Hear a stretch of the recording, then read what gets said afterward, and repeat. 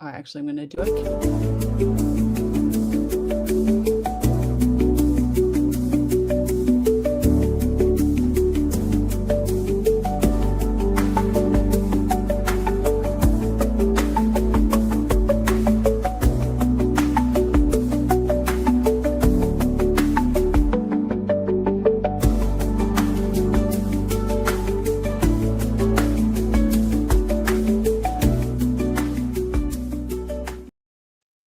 Okay, welcome everybody to Advertising the Apocalypse, the first official episode where we have a name for what this is, which is a monthly live show.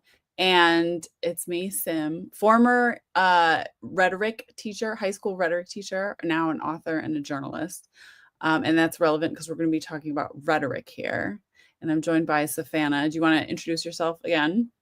Of course, I'm a copywriter / comms communications specialist, and I teach teams how to understand media, how to interpret words, and then therefore how to create the words and write the words that make you feel things, do things, sometimes buy things. Yeah, and maybe we should start because we've picked a name now for what this live show is, which is Advertising the Apocalypse. And we went back and forth with some different names, but maybe we should just talk about like what we're seeing our focus is going to be and why we went with that name. I like that. I like that a lot. I think the context of who we are sets us up quite nicely, right? Where if you taught rhetoric, you probably saw what someone who sees and does media writing and training, in that the words that we are seeing are taking us down a path that is quite gloomy, but they're making it seem like, by they, we're going to talk about mainstream media and who exactly we mean by they. We're going to unpack that also.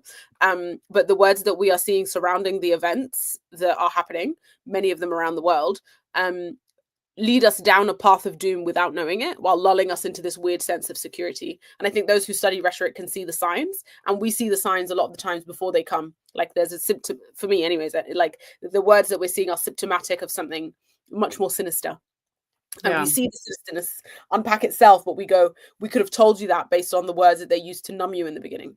And we can go through some examples, but for me, that's what Advertising the Apocalypse really did, because it really is just how do we make the end of the world seem a little bit sexier and a little bit easier to deal with, a little bit like it's okay to keep doing capitalism. Yeah, normalized. How do we keep people calm and just continuing on with a status quo that benefits the elites, right? Correct. Yeah. Who are already benefiting. Oh, so much. Benefiting specifically from the numbing, I would say, like direct benefiting. So it's those who are in control of the words will say the words that benefit them. And of course that then means hand in hand that we are hearing the words that numb us. That's what it is. Very sad, very bleak. And people who, follow me and know my content, obviously, like I talk a lot about Palestine. We're going to talk about like some of the news stories in the context of Palestine, but we're also going to talk about some stuff going on in the US and sometimes in the UK where Saffana is and wherever maybe in the world, because all of these things are interconnected. And that's one of the things I wanted to do with the show, was like highlight connections between necropolitics all over the world. Necropolitics just being a big word for like the politics of death and making money off of death and killing people and genocide and slavery and all these things. Yeah. And it starts with dividing, I think, which is, we're going to go back to the first thing that I loved from your book that I kept on saying last time, is that don't let those effers divide us. But dividing and conquering is a recipe for success. We're always going to be looking at how are they dividing and conquering. Yes. And just, I want to just define rhetoric really quickly, because I was like, in talking to people just about this show, some people don't know what it is. It's really a simple idea. It's just how you use words. Yeah. Rhetoric is just how you use words to manipulate people's beliefs, feelings, emotions, and actions. Correct. So that's what we're going to really like hone in on. And we might not just look at like the rhetoric, like the word usage of propaganda, but also like some of the visuals of propaganda, can work with rhetoric as well. All of that goes into advertising. So when we're talking about visual elements, we might call it optics. And when we talk about the word elements, we call it rhetoric. Correct. Yeah. Yeah, I so just want to add to that really quickly. It's they've only really usually got two modes to make you feel something, right? Words and pictures. That's mm, really it. So they will use those in tandem. Sometimes with sounds, but the sounds aren't like they change all the time. They change with the times. The quality of them doesn't change, but the words and the feelings. And with every word there is a story. So you can bet your bottom dollar that the person who picks the words, they are there to do something very specific in your head. And yeah, I think Sims, you do a really fabulous job of picking out words and highlighting like what this word is supposed to do, this optic is supposed to do this, in your content. And so I think we bonded over that. yeah. They've only got two Um, episodes against you, and they will use them, just so we're unpacking it. and I do want to invite the chat, or welcome the chat and say this is like an interactive, show. And I don't have a producer, so I will be like blocking trolls freely, and really with no warning or explanation. So if I'm getting a bad vibe, your comment's gonna get deleted and you're gonna get blocked. Nice. Like people who say bless Israel. That's not the vibe here. So we'll be doing that. Okay. Yeah. So, and we'll definitely have some time for like Q&A at the end, like more of an interactive part with the audience. But first I wanted to tell you, Saffana, about this book. I've been obsessed with, Perfect Victims. Look at how messed up it is. I just got this, but I read it, underlined it. I sent you like the highlights from it, and I've made a couple of videos already talking about it. So this is by Mohammed Kurd.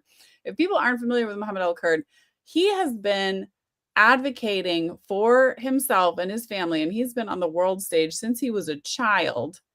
And Jewish settlers from Brooklyn moved into his house in Sheikh Jarrah and just started squatting. And they've been living in half his house for years. And he has had, talks in this book about being a child, and his front yard was just, there was a press tent constantly set up in his front yard where activists and journalists would come and interview him. And he had to learn to be like a spokeschild for Palestine from a very young age. He's a brilliant poet. I also have his book Rifka. This is a book though about rhetoric, but it brings in like his poetry. So like the writing is so good. But so there's a lot of different like little mini essays in here with a lot of different ideas, but like you and I kind of honed in on a couple of quotes we wanted to talk about in more detail. So I'm gonna put those up and look at how multimedia I am here. Okay. So prepared. So I really enjoyed this quote because sometimes I think people really get tripped up by like how ridiculous Israeli propaganda and, especially in the US, like conservative right-wing propaganda is. And I think he explained it really well with this quote. So the quote is, "The illogic of propaganda is precisely its strongest suit because it is a distraction. Distraction from what? The focal point, colonialism, siege, and military occupation." Yeah, Saffana, did you want to talk a little about like why you honed in on this quote? Or Absolutely. Yeah. For context, we will go through like a book in one of these. And Sim is very clearly a teacher because your instinct was to be like, here's my book report, basically. And it was so helpful because I haven't read the book, and this did a really wonderful job of highlighting some of the key topics in it. And one of the key topics that you brought up was propaganda, like and how the idea of some of the main lines that they get fed to kind of perpetuate the propaganda on as many platforms as physically possible. One of them is distraction. Right, like it's to just what about what we call the whataboutery, right? Okay, yeah, this is happening, but what about? Do you condemn? All of these kind of slogans that we now know. And for me, this really wonderful quote encapsulated so much of it, because sometimes maybe it's the Middle Eastern in me, but it's like a circus. Like watching it is literally like watching a circus where everyone's kind of got this weird, not weird, but kind of this like act to distract you from the main thing, where you go, what is really happening? Like there's so much distraction, but really what's happening is they are just doing badness, like and it's undeniable. There's undeniable badness, but by doing so much illogic, what Mohammed described in his book was something I wanted to unpack, right?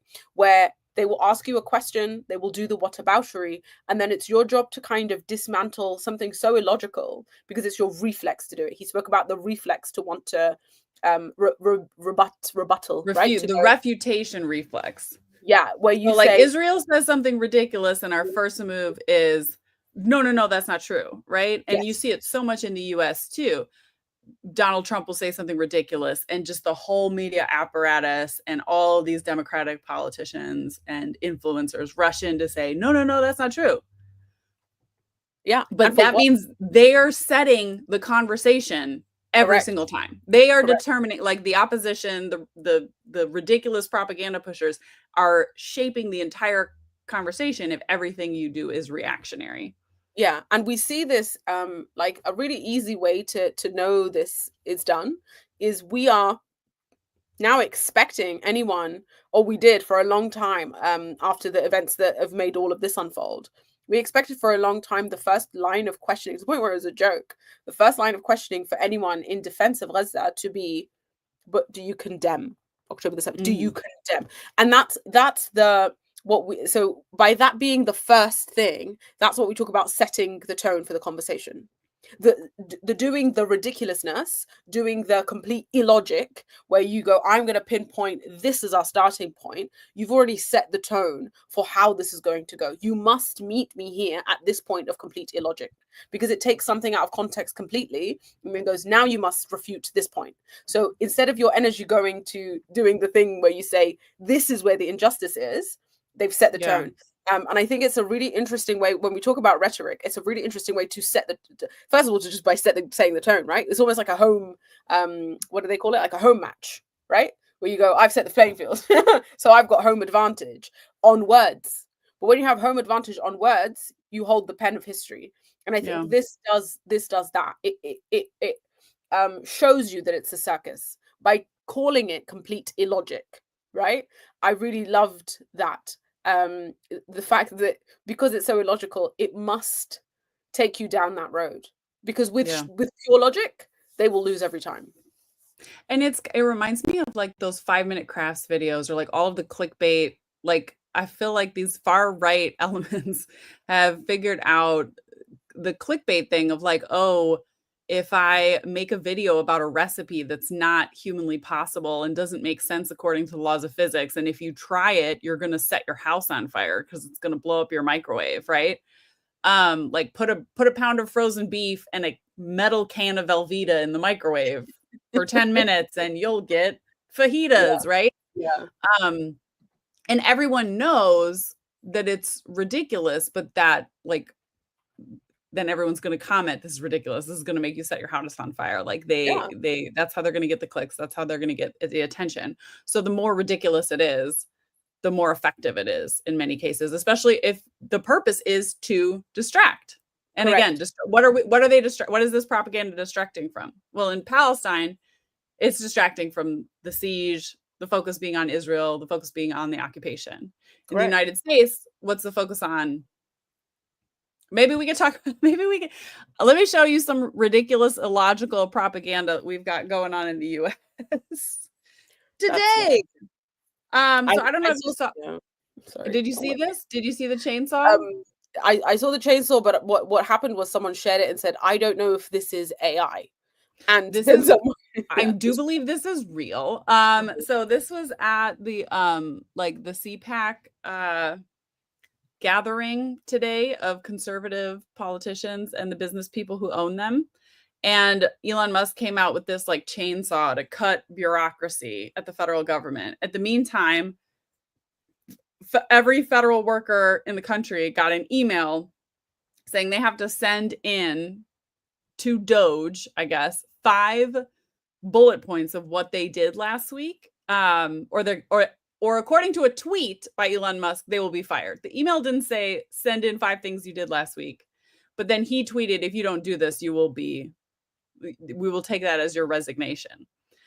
So there's a lot going on with the optics here, the ridiculousness of this. But yeah, this is what we mean about the circus, right? Exactly. This is total circus stuff. This is the circus where you say, okay, so now I have to, and this is again what we mean by taking control of the conversation and then owning the rhetoric, where you go, okay, so there are real life consequences to not sending these 5 bullet points, but I must send them and hope that they meet these wild standards of complete illogic, right? But if you own the conversation, it's yeah, that's wild. This is wild.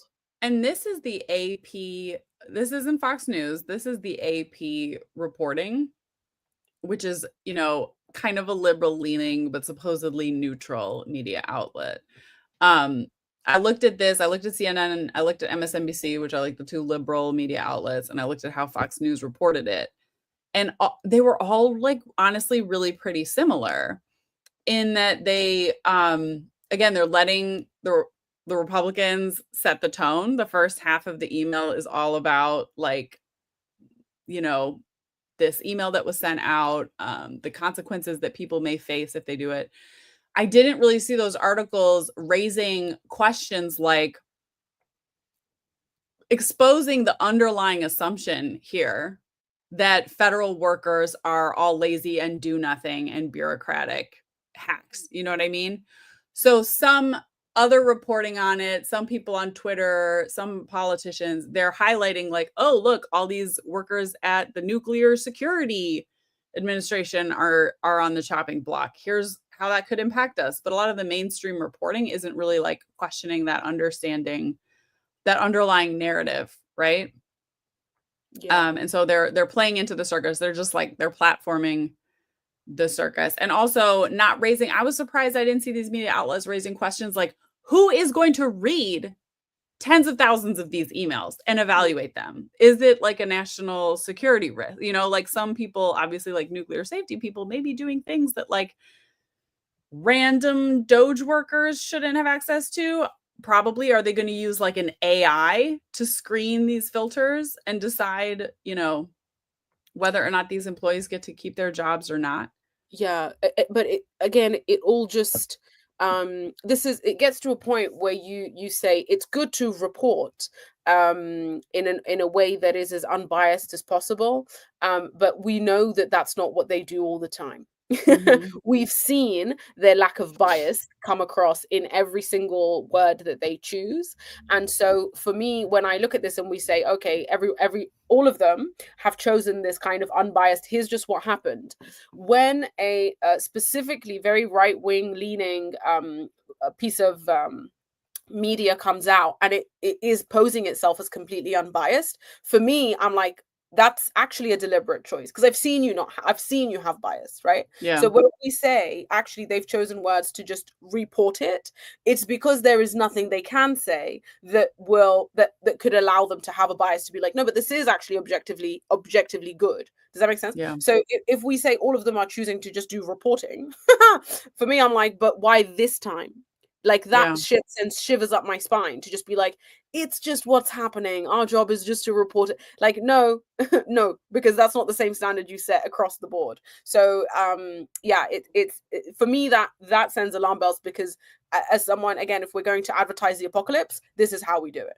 We just report to you that this is what's happening. It's like, oh, there's nothing we can do. We can't condemn. We don't condemn. That's not our job. Our job is to report, but you've done it every single time. This for me is the lulling. This for me is a really, really good example of a billionaire going crazy with power.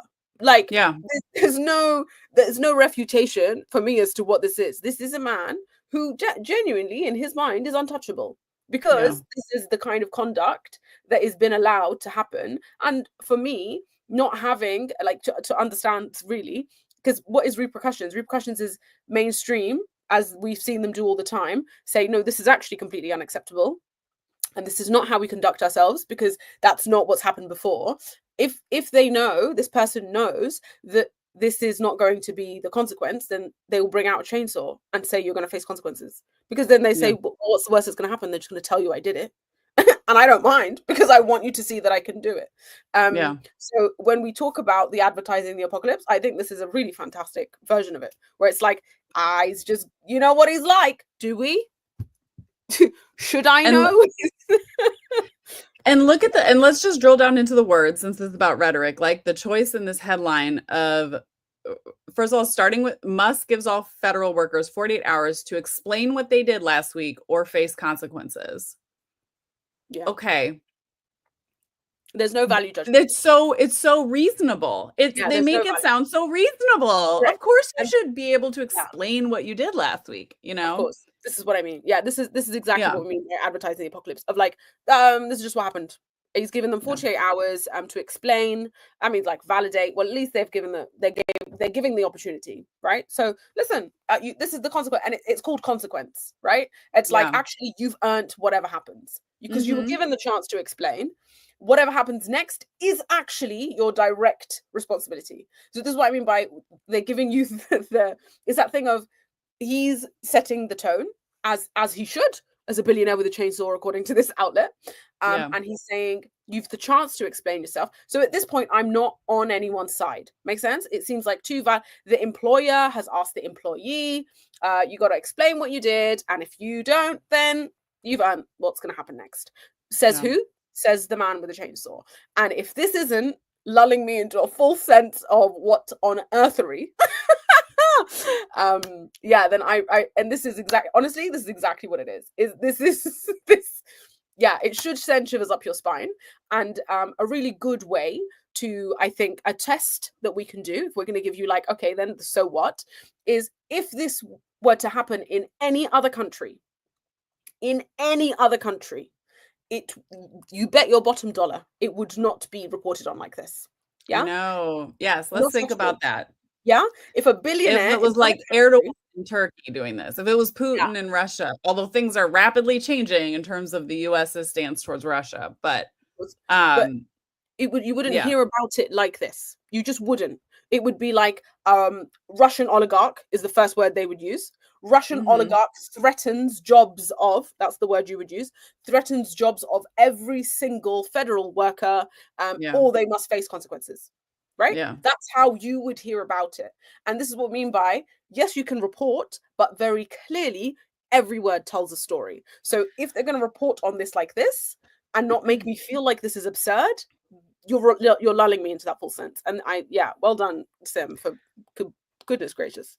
And I want to lead from here, and I want to talk about the word humiliating, because I think this is a humiliating thing to ask all these professionals, these civil servants, um in the national parks, in the aviation industry, and they're keeping planes in the sky, they're keeping nuclear power plants from melting down, they're keeping the International Space Station, aloft. um and to make them like justify their work like this again to an unelected oligarch because a tweet, otherwise you're going to get fired. It's humiliating. It's humiliating, but I didn't see the word humiliating spotlighted in reporting of this, but I did see the word humiliating repeated very often. So here's where we're going to make a connection in reporting on Israel's decision to not release the hostages that they are supposed to now release, the Palestinian hostages that they're supposed to release, because Israel claims the handover of hostages was humiliating. And then here you have the Associated Press, the CBC, the Washington Post, and Voice of America. They're all in the headline of that story reporting Israel's use of the word humiliating about the handover of the hostages. And Yeah. so all these, outlets that are supposedly liberal, are repeating that word, are giving credence because they're putting it in the headline that what Hamas did and I'm not exactly sure what was the humiliating part. Was it the fact that the Israeli hostage kissed one of his um, one of the Hamas members here in what seemed to be a spontaneous act of affection, or was it they talked about parading the coffin. So they said Hamas fighters paraded the coffins of these two dead children, and that was humiliating to have bodies in coffins and do a procession. Whereas, and I saw many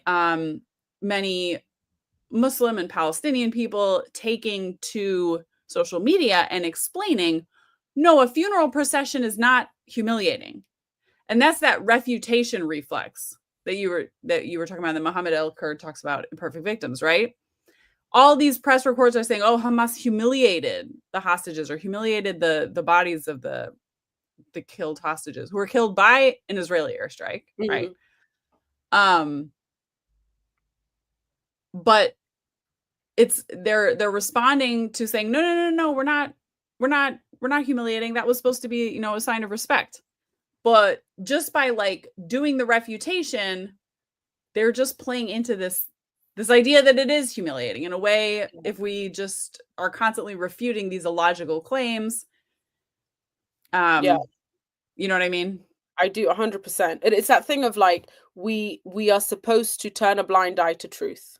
That's what all of this is what we're all alluding to. Yeah, we're supposed to read this and go, oh, is that what's happening? Like, that's how this all reads, right? You see a man with a chainsaw on stage, he's a billionaire, he's threatening the a livelihood of this many people. Oh, is that what's happening? He's giving them consequences. And then you see a very respectful show of this is what's happened. We don't know what to do other than to try and pay our respects here. And then people say it's humiliating, with a very nice use of alliteration. That's how we get that to stick in our heads. By the way, those interested in rhetoric, to even say the word humiliating handover of hostages by Hamas, they want that to stay in our heads forever, by the way, because one of the ways that we believe things to be true is if they sound nicer. It's just the way we work. If it sounds nicer, it's more true. That's why songs stick in our head for ages, if there's like nice alliteration and imagery. Yeah. Humiliating handover of hostages by Hamas.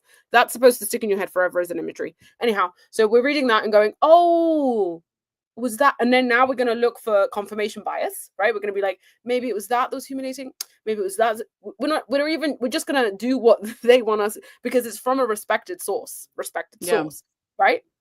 And by like the whole thing of using quoting them directly this is the word that they've used here, by the way. Mainstream headlines echo Israelis justice. That's co-signing. That's that's these people's word for they co-signed. We said humiliating, they agreed. Okay. Okay, so that's what's going on here. And so now they're telling us this is how you're supposed to interpret the situation. Okay, so even if we're saying they're not allowed to show they're biased here, they're supposed to whatever it is, be objective in their reporting of what's happening with Elon. This is how you show non-bias. This is how you say, actually, it is humiliating what happened. Therefore, these people are right, quote unquote, to do what they're doing. And again, it's just not to advertise the apocalypse again.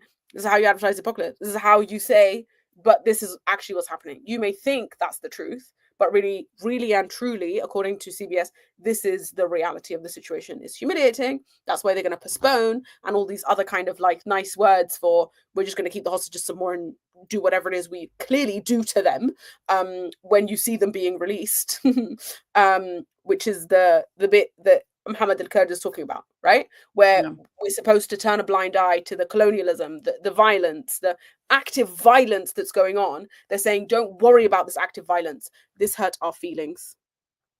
Don't worry about this happeningness, right? This is, we can't right now. Okay, we're going to delay it because you hurt our feelings a bit. That was humiliating. And so I liked the counter propaganda of people showing the blue tarp bagged bodies of Palestinians that were the bodies that were returned from Israel, as in contrast with the coffin, saying, oh, which one of these is humiliating, right? Yeah.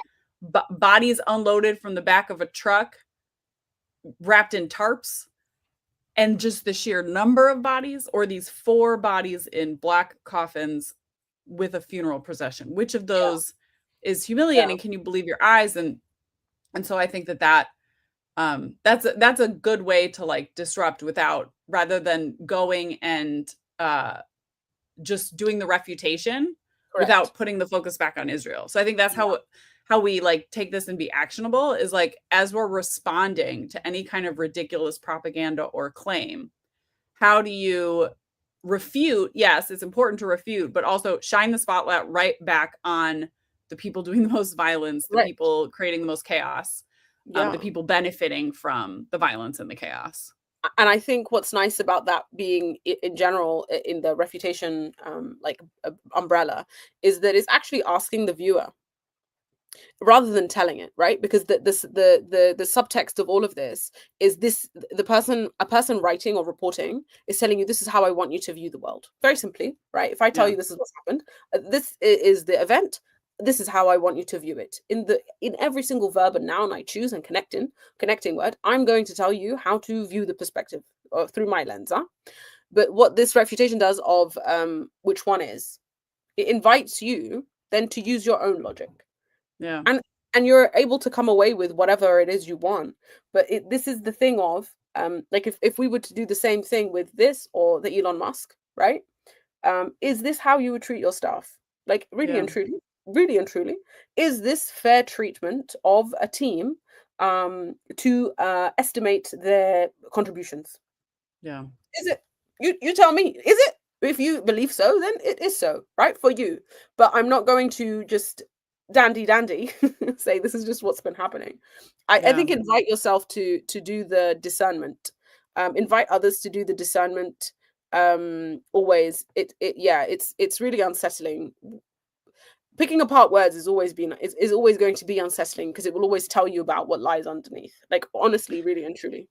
Well, that brings me to, this is a great question from the chat. Is it even possible to have objective reporting? One can only say things from their own POV. I think this is a huge lie that everyone just believe about mainstream media. Yeah. Um, yeah, I agree. I was on a panel with this like 20-year-old PYM organizer earlier this year, and I couldn't believe how brilliant she was. She was from PYM Houston. I can't remember her name, but What's PYM? Palestinian Youth Movement. Okay. And so she has been organizing like at her college and then in the city. And she just called everything propaganda, like everything that we do propaganda, everything they do propaganda, every media communication, the zines that they would put out, the demonstrations that they would do. She thought of all of it as propaganda.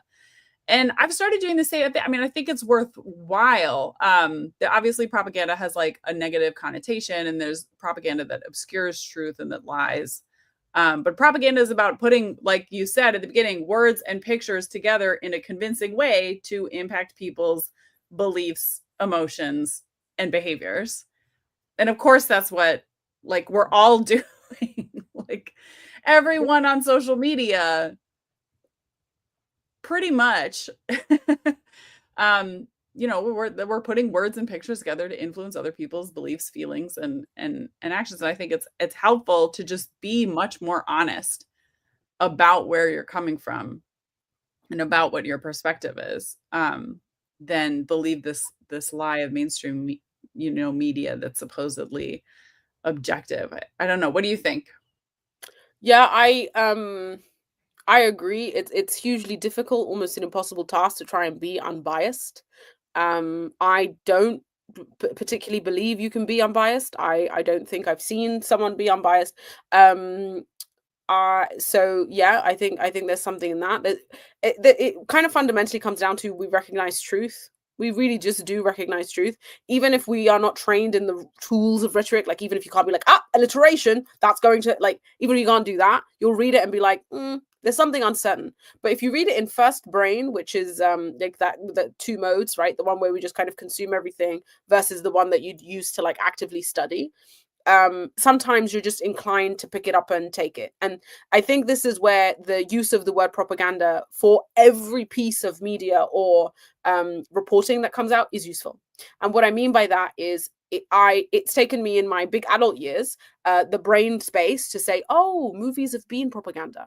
I wasn't waiting for like a poster of Uncle Sam. I wasn't waiting for like specifically a movie about I don't know what it is, soldiers and whatever. Like, it doesn't just have to be movies about soldiering that is propaganda. It's so much comes under that umbrella. So much of it are the words and the thoughts and the images of like the saviors of the West, the saviors of the West, the saviors of like, which is the thing we're all like bopping to. And then when you're older, you're like, wait a minute, that's not the same beat as reality. And you kind of like take off the headphones and then you go, wait a minute, they've been how many people in Iraq? How many people in Gaza? Like you go, wait a minute. And then you kind of have to take off these fuzzy headphones and you go, I've had a VR headset on the whole time, and that's the whole propaganda. That's the the audio visual spectacle that we've been seeing the world through. And it's not just movies. It's like songs, like it's it's every single like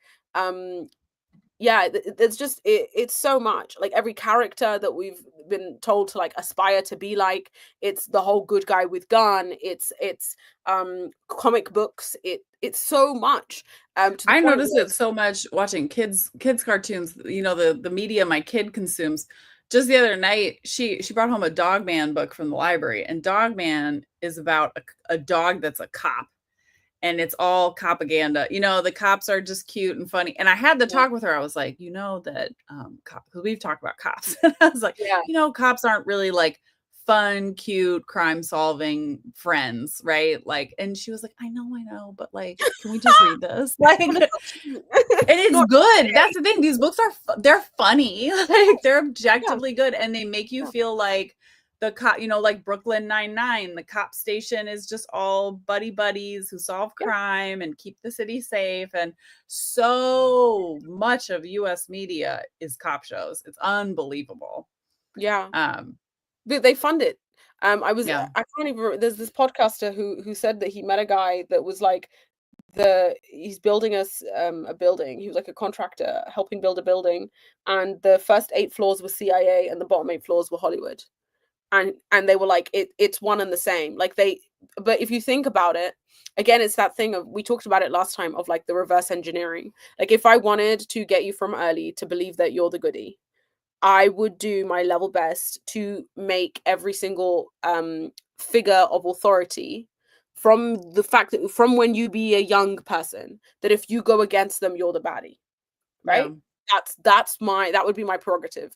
And how much would I pay for that? Well, the question really is not how much would I pay for that, is how much would it cost me if you were to not believe that, right? Mm, Because that's the question that you're really asking. It becomes yeah. unlimited budget to brainwash you, because by virtue of you not being brainwashed and believing this propaganda, they've got themselves a problem that they can't stop. So they Yeah. must an endless amount of money into it. And yeah, so I think it's good. It's a good always to take off that propaganda thing, but realize that it's been everywhere. Yeah. I can't remember what the original question was, but yeah, that's Yeah. where. I want to go to another quote. Yeah. And this is talking Oh, about that refutation of, and because I want to get to watching a clip where we're going to use our second brain instead of our first brain, like you talk about, to analyze all the propaganda that's being put out there. So here's some more quotes from Perfect Victim. My mission is not to clear my name from false accusations. Rather, it is to unmask the deceit and duplicity of my accusers. yeah. And here's another one kind of going to that same idea. And I underline this part that I really love. The idea is to spit out the bait and spit at the accusation, to demystify and reject what it is they demand of us. Perfect victimhood and perfect surrender. And he's talking here about the way Palestinians, you know, being a perfect victim, like they have to prove that they are the most peaceful, like Palestinian men, in order to be considered human beings whose lives have value by the West, they have to either be incredibly exceptional, they have to have angel wings on their backs, they have to be extremely educated, or and they have to have like disavowed any anger, any rage. They can't have any, not progressive beliefs. And they also have to be, obviously not a resistance fighter, and all of that, or they have to die spectacularly, like Mm, just an incredible violence. They're blown up and they're hanging in pieces, or we're watching them being burned alive. And these are the only ways that their deaths have an impact. yeah. Um, so he's saying, notice when there's bait, when there's a line of questioning, a line of this illogic, a line of this propaganda that's baiting you into refuting it, right? And make sure, again, you're spitting at the accusation. You're finding the underlying subtext and you're calling it out. So with that in mind, I want us to look at this video of, so Israel released this video of Dr. Abu Safia, who was the head of Kamal Anwan Hospital. And there was that really powerful image of him like walking off to meet the tank after the Israeli siege of that hospital. And there's been this international movement to get him freed. He has a lot of support. His life has been made really precious in the international media world because he is a pediatrician who stood by his hospital, who walked towards the tank, who showed this incredible heroism, and who's like renowned, you know, he's a man of healing, you know. So he's the fits the bill of perfect victim. So watch what Israel has released to handle that. And I want us to use our second brain, like you talked about, and we're going to look at the optics. We're going to think about the music. There's a music background. We're going to think about all these things. And maybe people in the chat too, like you can put what you notice as we're watching the video, okay?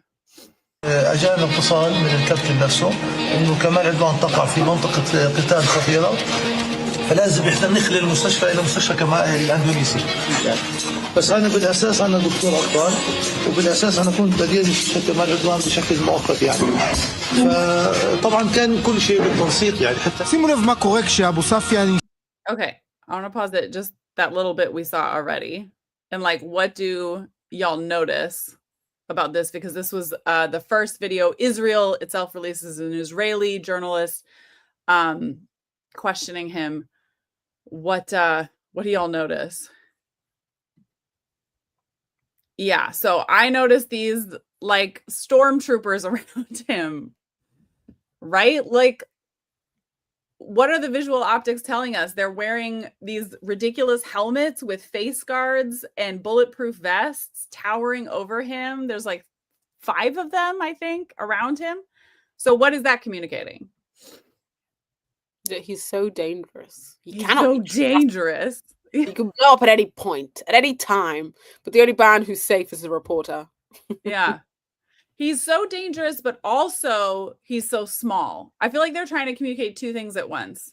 They are huge and powerful. On the one hand, 2 Palestinians targeting them. I think this video is saying, look at how powerful we are compared to him. Look how small he is. Because he looked so big and courageous in that video of him walking toward the tank, right? But here he's like overshadowed by these cops, you know, or jailers in body armor or whatever. So someone else noticed the massive Israeli flag, right? As they're questioning him. Oh, they just so happened to stop and have a conversation in front of the Israeli flag. Like, so that would be the optics. We got him, you know. Yeah.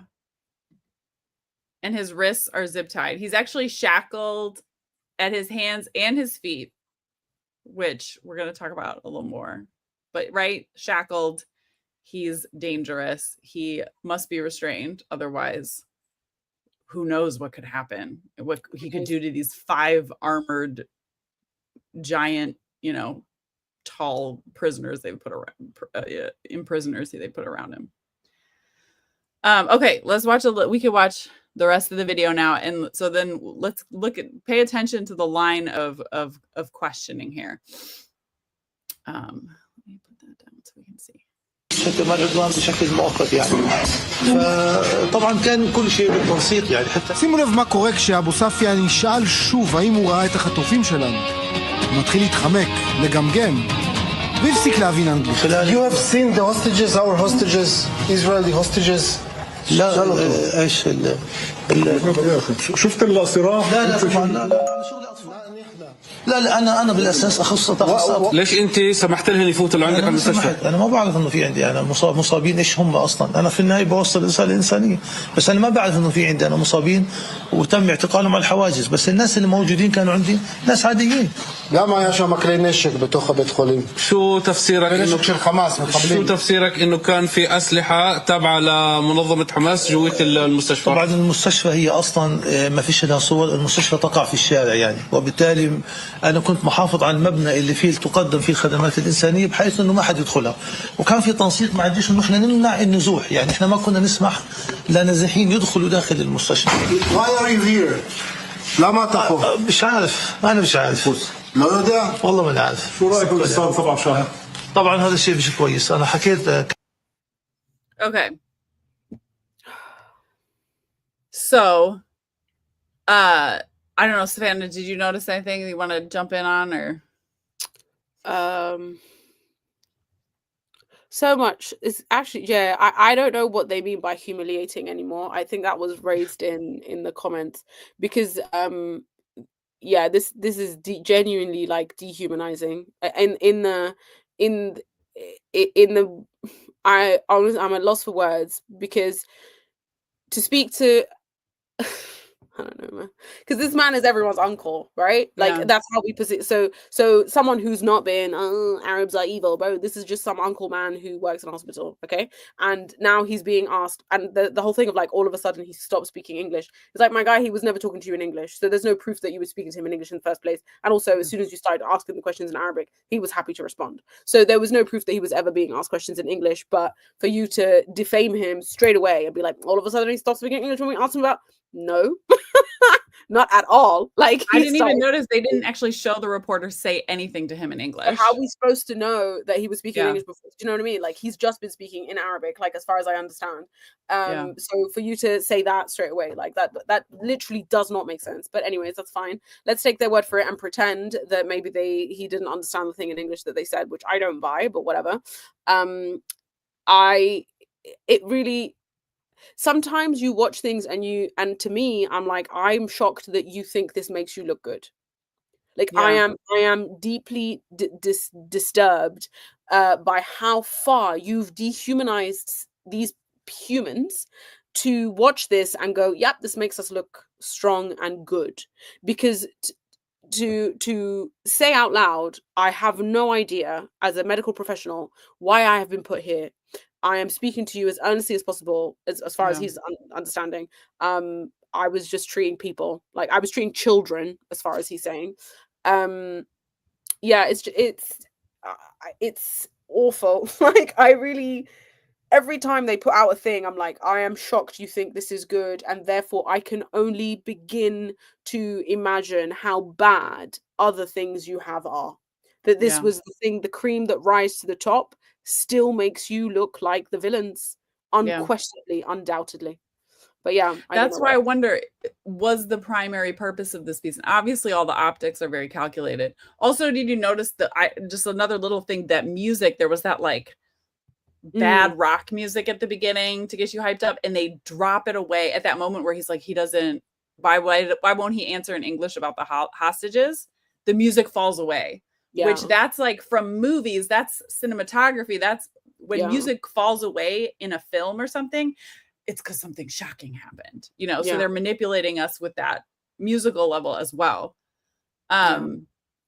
You know, and I want to go back to this quote.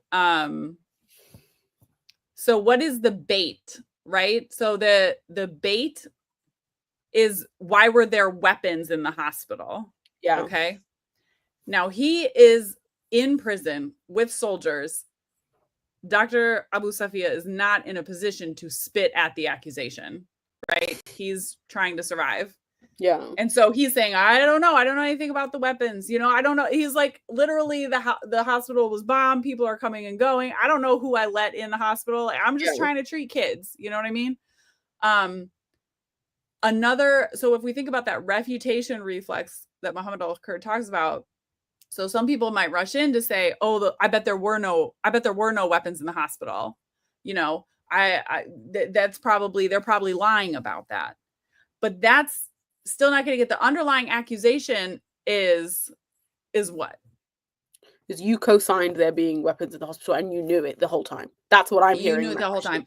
And even deeper than that, if there were weapons in the hospital, then we're justified in we made destroying hospitals. Yeah. We're justified in bombing hospitals and arresting doctors if there's weapons in the hospital. That's why you're here. That's why you're here. That's literally, that accusation is the idea that only Israel is allowed to do violence and self-defense. The Palestinian people have no right to do violence, to defend themselves, even as they're being genocide. How dare they pick up arms and resist the people that are coming into Gaza, killing them, humiliating them, torturing them, etc.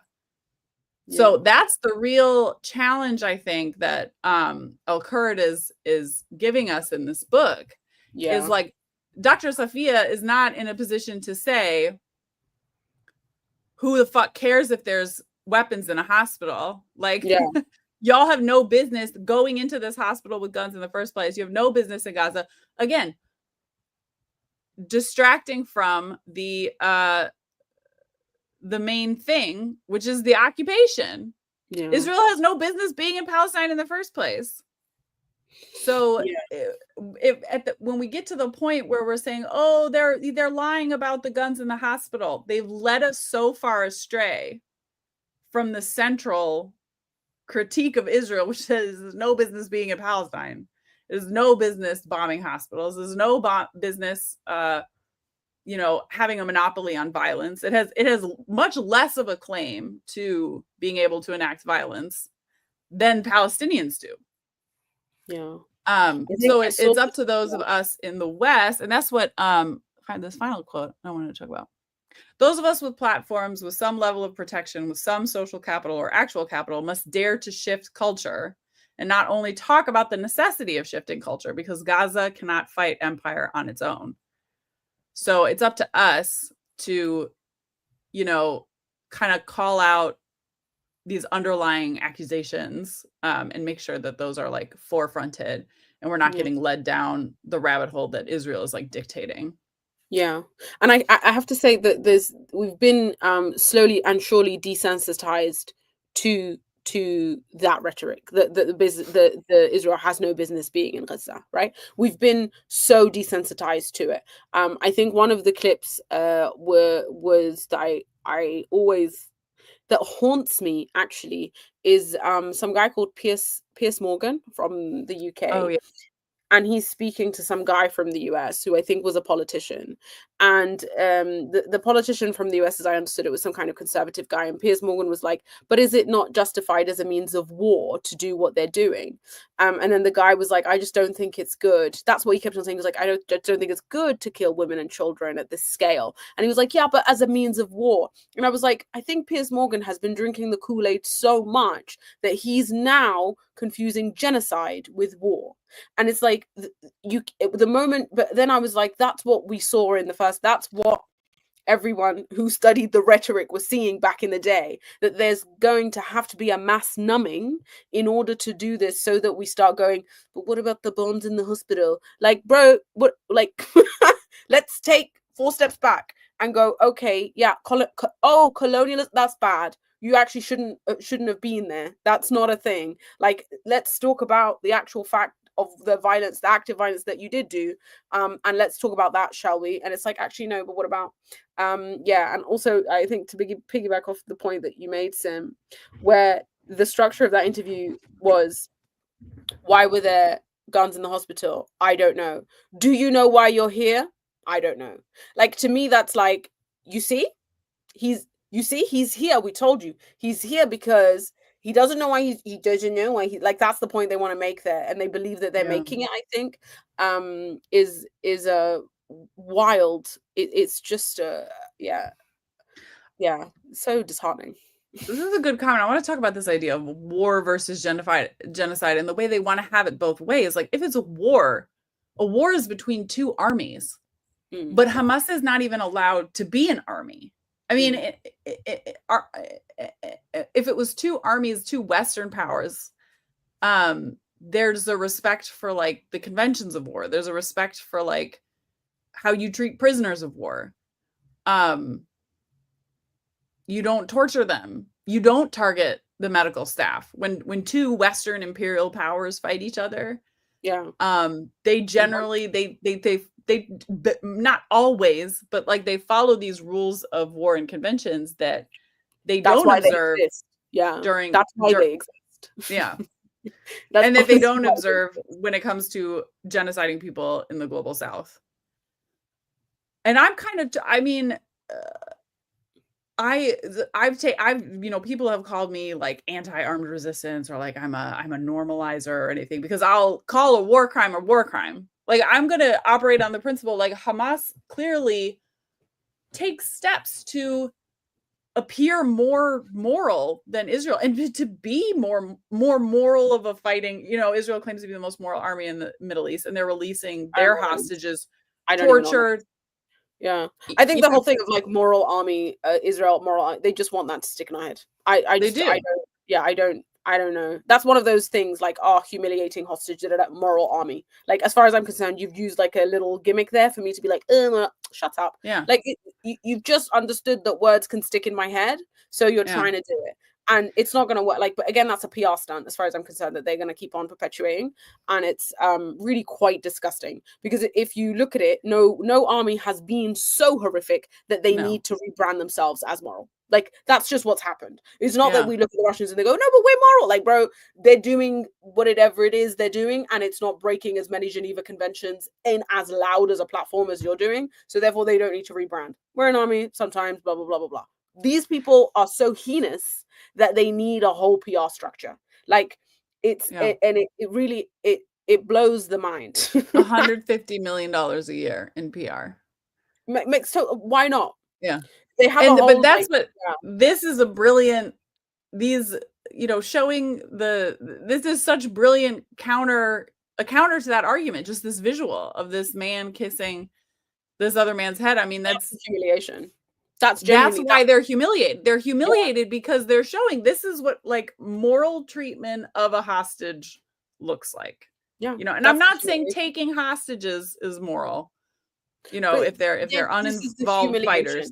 Because as far as I'm concerned, they've taken the whole of Gaza as a hostage, right? Yeah. So it's like you have to, when you define terms, what's happening in Gaza is a hostage situation. If you can confine the movement and life of a whole whatever from birth until death, there's no refutation as to what that is, right? There's not fair treatment in any way, shape, or form. So again, you've moved the goalpost and expected me to go, oh, but that's okay because they've got a park. Like, bro, don't be silly. Let everyone don't be silly. Like, really, that's the whole thing, right? We can see the injustice from a very long while away. And I think that when the whole like TikTok was able to see what happened before it was censored so heavily, everyone was, especially when like the whole ICU babies happened way back in the day. Yeah. No one was anti-freedom fire. We'll just put it that way. Everyone was just like, if my baby was in the ICU and you did that to the ICU, you're not allowed to ask me questions of what happens next. It's not up to you. And this is what Mohammed al-Kurd's book does so beautifully. He goes, my disdain is I wear it with pride, or something along those lines in the very end, where he was like, my disdain for my oppression, I wear it with because it reminds me I'm human, or something to that effect, right? And then you go, actually, you must have the dignity to be like, there is so much lack of justice here that I would be remiss to not respect myself enough to be like, absolutely not. Like, absolutely not. And I think that's what this does. It puts this on a whole, like we say, the circus, where we're still able to see fact and reality for what it is, right? And then we go, oh, that's not good. It doesn't matter what happened before or after. That's not good. That's and it doesn't matter how much Piers Morgan says, oh, but so what? No, we can't be desensitized that much. Like, no. Yeah. Sorry. Yeah, I hope that. I don't remember the question. Sorry, Sim. No, it's good. All this has been great. So we've been going for about an hour. Do folks in the chat want to ask some questions, or like we can go back through these quotes? And did I have? Oh, wait. We had one more big thing to talk about. Oh yeah, which I wanted to talk about shackling and draw the connection that our boy Luigi was also appeared in court this week, and they made the decision to shackle him at his hands and feet, which is how we get this lovely picture of his shackles. I mean, the real crime here is loafers without socks, but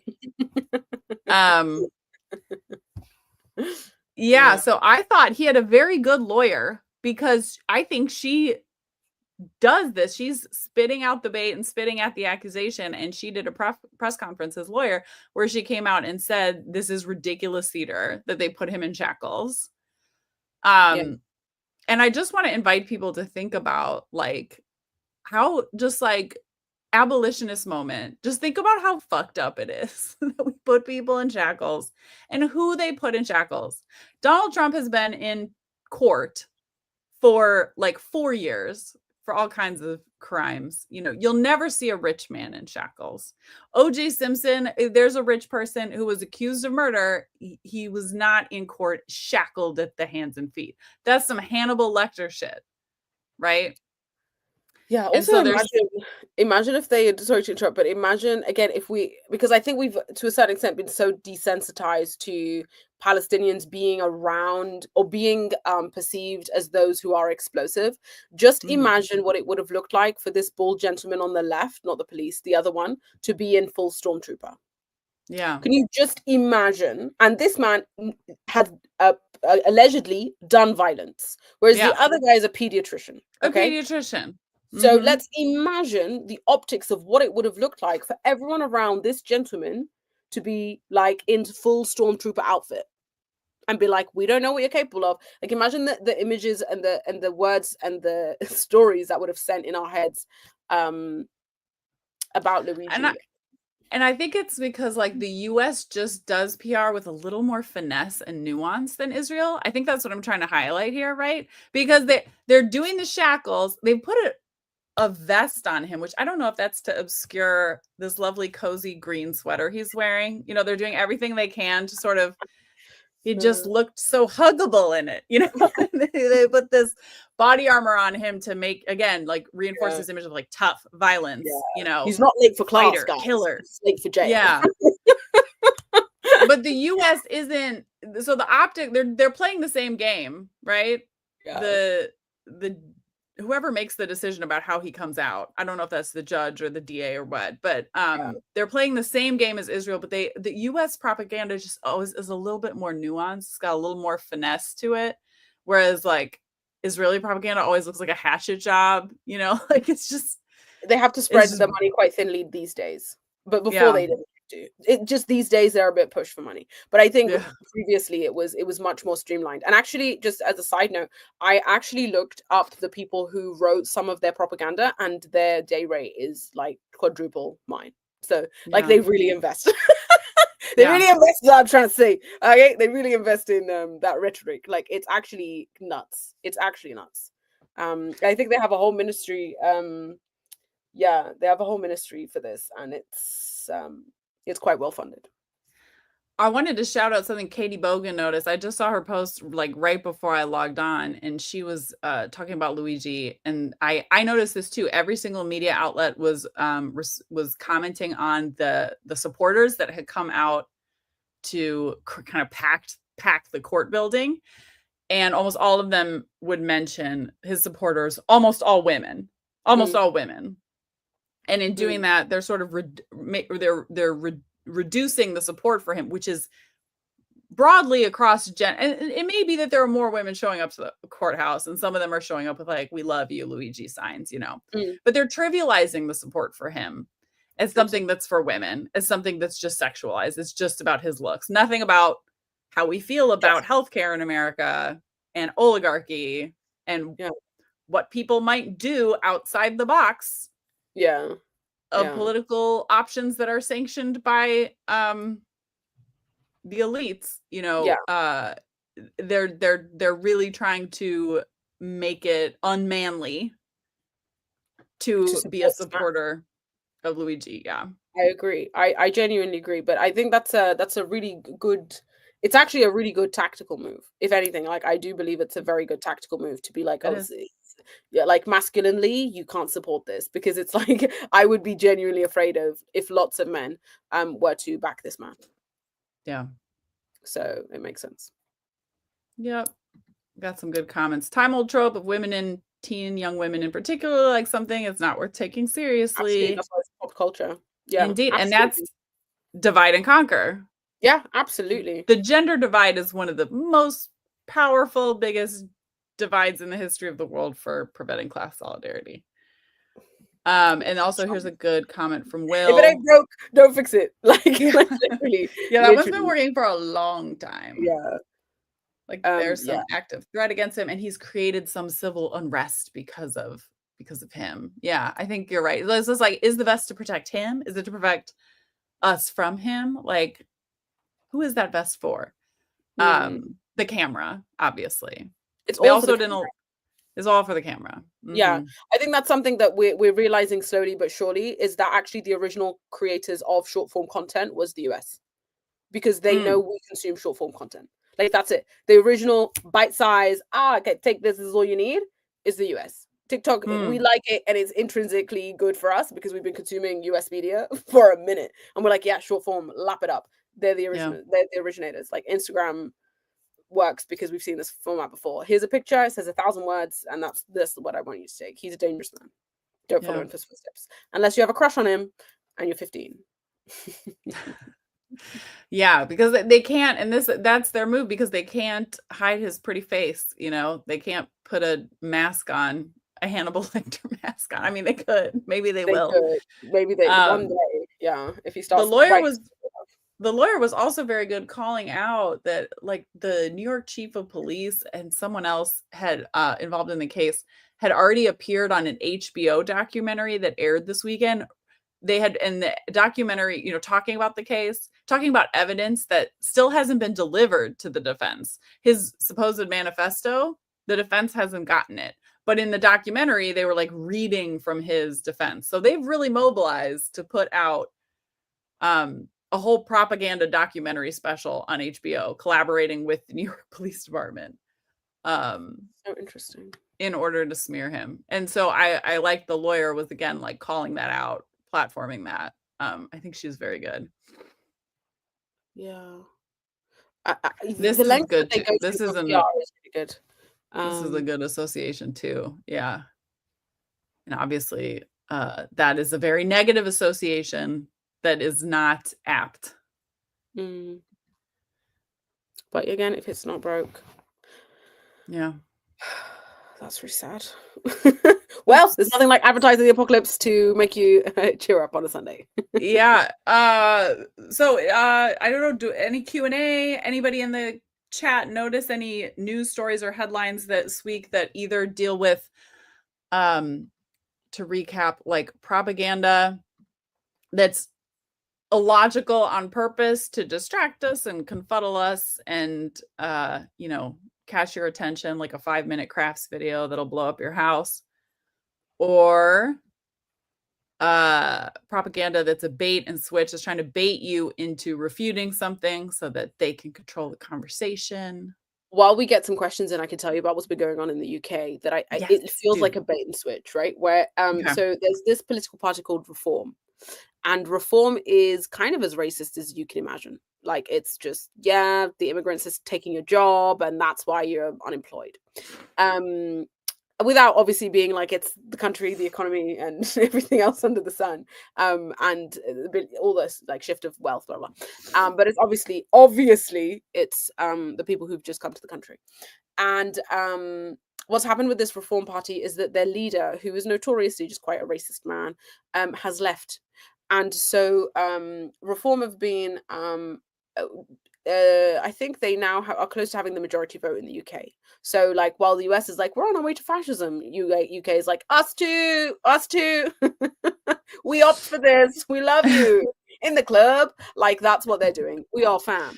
And Nigel, the gentleman who headed up Reform, is gone, and so now lots of the conversation around Reform is like, Nigel's going, and it's like, should we be talking about that?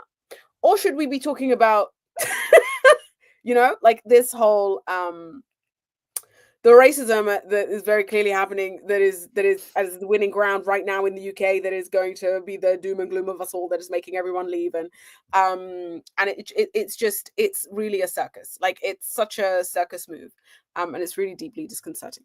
I wanted to say that. What is the circus? What's the outrageous element around Nigel? Literally just everything about him. He's okay. he's I think he's a city guy. Like, he's made loads of money on our equivalents of like Wall Street, basically. Mm. And he's like, it's similar to Trump, right? There was this thing where he was pally with him, of like, I see right through the systems because I use them. Okay, so let's take him down. It's like the honest liar kind of thing. Yeah. And then for a while his shtick was like, I like him because he's the kind of guy you want to have a drink with down at the pub. That was like his approach of like, he's just a real guy. And now he's leaving the party, or has left or something, whatever. And that again, that's the focus. Like, the focus is him. The focus is him leaving this thing. And then you go, surely surely we should all be turning to be like, that's now a dangerous cesspool of ideas that is catching on with a disenfranchised minority in the country that is growing. And the reason they're disenfranchised economically is because of the country itself, but they're going to keep blaming them. Like, you're going, surely this is the fire, there's a fire, there's a fire, there's a fire. And then they're going, but look at over here, we've got a really nice front yard. And just focusing on someone who's like a big chaotic personality instead of the fascism that they're ushering in. Sounds very familiar. Yeah, we're that's very what familiar. We're in the club. We are fam. Like, Mhm. literally, it's the same. It's like, Yeah. everyone look at this thing, and you're like, no. Stop looking at the circus. There's very clear danger approaching. Someone said it recently. It's working, so they're just copying the model. 100%. I was thinking about this. I was talking with my spouse about the good old days of George W. Bush. I'm kidding. It wasn't good old days, but his shtick was, he was just simple. Like, he was just, he had no idea what was going on. So he was just from Texas, and he just wanted a clear brush, and he didn't know nothing. And, his ignorance and just, and the Democrats spent the whole George W. Bush presidency just insulting his intelligence, insulting his lack of education, alienating everyone in the country who has an accent like George W. Bush, or has a similar educational background like George W. Bush, or something like that. But his ignorance was like this innocence. And then y'all copied him with Boris Johnson, which was a similar, like, I'm just a dopey. I don't know. I don't know how to comb my hair. Yeah. There was this when we talk about optics specifically of Boris Johnson, it was actually, I remember so clearly when he was in power, because there was this one thing that someone said, a journalist said, that he deliberately messes up his hair every time there's a camera near. Yeah. His hair doesn't naturally sit like that. He deliberately goes so that he looks disheveled and a little bit more approachable. Because actually, I think contrary to the George Bush thing, where if you look into him, maybe he doesn't have the high school education, the GDP, the blah, blah, blah, blah, blah. Boris Johnson is elite. He's of the elites, quote unquote, of the country. And his accent will betray him the moment he opens his mouth. He's deeply out of touch with absolutely everything that happens in London and the UK at large. But again, it's the optics of like, he's just an approachable man. He's a little bit of a monkey and you're like, actually, he's a deeply sinister human. Yeah. Like, George Bush did a genocide while in power.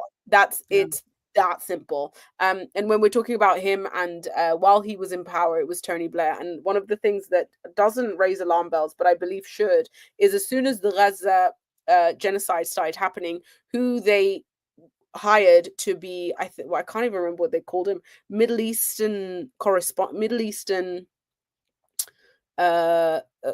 something like that, like liaison or something like that. The guy that they hired to do that was Tony Blair, and Tony Blair was the guy who did the Iraq genocide when he was the prime minister as that was happening.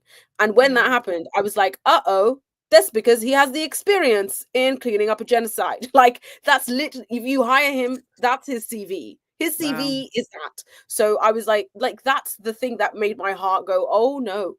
It's that thing of like, I think what we're watching is that there's that analogy of the man who jumped out of a very high building And all the whole way down, he's going, still okay, everything is still fine, everything, as he's going, and we're doing that. We're doing the circus. We're doing, everything is fine. It's just, he's just, everything is fine. Yeah. Anyways, that's happening in the UK. Yeah, and Alexandra has a good point. You know, the media is portraying Elon and Trump as people who don't know what they're doing, but they absolutely do. And the photos of him with the chainsaw further this narrative, like it's like the movie Idiocracy, that we shouldn't take him seriously, but we should be. Yeah, Absolutely. we should. I mean, I don't think there, and I think there's a dichotomy. I mean, I also don't think we should treat oligarchs as geniuses. I don't think, you know what I mean? Like they're not always playing 4D chess. They make mistakes. They lose, you know, campaigns that they were trying to, they lose the narrative, they lose battles. But but this is what happens when we live in a capitalist society and we put merchants at the top of the hierarchy, right? So like scientist, teacher, whatever, like man of faith, doesn't matter, all of them down here, because we live in a society. So therefore, if you can accumulate wealth, right, that's the skill that it takes. Everything, all of us speak economics, right? When we justify our position, it's like, oh, but this will make you money. So therefore, we need to justify everything economically, and therefore the merchant is at the very top of our respect panel. Yeah, when we say like, oh, the CEO 9 to 5, 5 to 9 routine, it's because implicitly we all understand that's what we're trying to replicate, because that's what we class as success. So if you now say there's a billionaire in office, we're supposed to automatically give him, again, it's just rhetoric. It's just, that's what you've been taught to do. You've been taught to give respect to people who accumulate wealth, because accumulating wealth is success. In okay, fabulous, if he's got the most money equals most success, equals most brains, equals most whatever, done. He's at the tippy top. Now, even if he's got a chainsaw, I'm like, he's at the chainsaw, like, and we should be deeply concerned. But we've been so numbed to all of this stuff with the rhetoric that they've told us about these people, that it takes a while for that to come in. Yeah. Maybe to close out, we can talk about this great question and end on sort of a proactive note. So what are some ideas for daring to shift culture? And I'll put up that quote from Mohammed Kurd's book again. So again, those of us with platforms, some protection, some social capital must dare to shift culture. What does that actually look like, sound like? What do we actually do? What do you think? Off the top of my head, it's making it known. I think it's that you actually said it best, I think, in one thing of like, Israel has no business being in Gaza. The moment we start saying that straight off the bat, right? What do you think of, oh, but they have no business being in Gaza? And we don't say it like it's a point to reckon with. We say it in the exact same tone of like, do you know why you're here? Why were there guns in the hospital? Israel has no business being in Gaza. It's that same, it's the truth, right? Of where this is where we're starting to choose we're choosing to start the conversation here, right? Where we just go, okay, but it's and I think I mentioned this in our previous podcast where I told you like, when I told my dad I'm on the internet doing things, and he was like, okay, but don't get into politics. And I was like, oh, I'm starting to talk about Gaza. And his response was, no, I said politics. I didn't mean justice. Like there's a difference between the two, right? Where people go, oh, but this is political. You go, no. It's not. So as a culture shift, I think the moment we take this kind of colonial thing out of politics and we put it into the justice field, we go, actually, just justice work is very normal, and they shouldn't be there. That's not right. We know right and wrong, that shouldn't be there. And then therefore, let's start the conversation there. I think that's one of the things. Another thing very, very normally is to normalize completely boycotting to the point where we are opposed completely to people who don't boycott. That sounds like super practical. Or if someone goes to McDonald's, just give it a little, ew, okay. Like just that. I think that is a really practical thing you could do from tomorrow, right? Or if someone goes, I got the Stormzy meal from McDonald's, you just go, ew. Okay, like, okay, sorry. Like, okay, like, yeah, like, oh, gross. And you know that's wrong, but that's fine. We'll move. I think there's a big bit of that. Those are my two like big things. Start the conversation in this just shouldn't be happening, so we can start there. And then the second one is very much all things BDS movement is the neutral playing field. Is like everyone should just be doing this. Very easy. Just do that. That question of choosing where to start the conversation, that's like a really powerful takeaway, I think, that applies to all of our countries, to everything. And that's like part of my frustration with like these Democrats responding to Elon Musk and Trump is like Trump and Musk are choosing where to start every single conversation that we're having. Yeah. And every single liberal reactionary, like all they know how to do is be reactionary, and they're going along with it. So I was looking today, and maybe I'm missing it, but I was looking for like who's done in-depth reporting on like, this is what the federal government does for you. And all I find are like tweet threads, like individual people who work for the Park Service have been like, here's my tweet thread on why like Yosemite is going to catch on fire if you fire all the park rangers, right? Or here's what's going to happen at nuclear power plants without these nuclear safety people, right? It's individual people tweeting this, and then legacy media organizations with all their money and resources maybe mention one of those tweets in an article. It's like, do journalism. Go out, and same with the Democrats. Maybe a Democrat is retweeting, but like, go use your millions and millions of dollars in campaign funds and stand for something. Go make a case for the federal government and what it does for people. Use PR, use optics and visuals and music. And like, all I'm seeing that coming from is individual creators who work at federal agencies and are like doing that propaganda. And that's the Democrats and liberal legacy media are so fucking lazy. They've just outsourced campaigning, propaganda, setting the tone. They don't do anything. They just retweet shit that they've convinced their constituents to create for free on the internet. So yeah, choosing where to start the conversation, I think, is really important. And in Mohammed Kurd's book, I mean, specifically for me as a creator who has a lot of privilege. I mean, I was at this event last night. I was at a book reading at the Arab American Cultural Center in Houston. And the crowd was almost all Muslim people, Arab people, and some Persian people. It was a couple fellow white Jews from JVP. And someone asked me, like, Sim, you're queer and Jewish and you live in Texas. And like, aren't you scared to like talk out on this stuff? And I was like, well, but I'm white. Like I'm white. And so that is like, protects me so much more than like most of the people in that room. And so I have an obligation to use that to shift culture. And because I'm white and Jewish in particular, I mean, for me, what I took from reading Mohammed Kurd's book is just like being even more unforgiving about, again, saying Israel has no business being in Gaza. And also, we're not falling for this, like, oh, they didn't have weapons. Oh, they didn't have fight. Like, they have a right to defend themselves. Like, this is like, Israel does not get to have a monopoly on violence, and we can't cede that rhetoric. Really quickly, it's more than that they have the right to defend. It's that actually Israel has genuinely, it breaks convention by attacking Gaza. So it's more than they have the right to defend. It's that Israel is breaking laws by enacting any violence in Gaza. Never mind a genocide. Even if they were to do one act of violence, it is against the rules because technically Gaza is in their jurisdiction.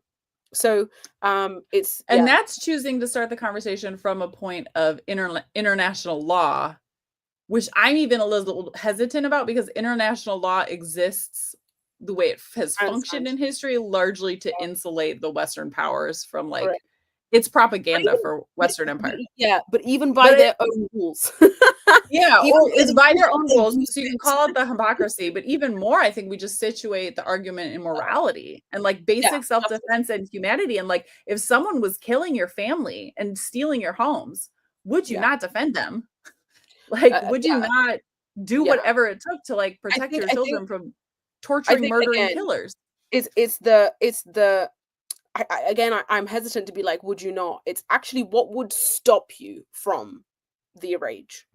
That's the question I would genuinely have to ask. If someone took everything from you, including really your dignity and your right to exist as a human, what could I physically do to stop your rage and lack of feeling human? That would be the better question, I think. Not like, oh, would you not be angry? Bro, what could I do to calm you down? What would even be the thing to soothe you?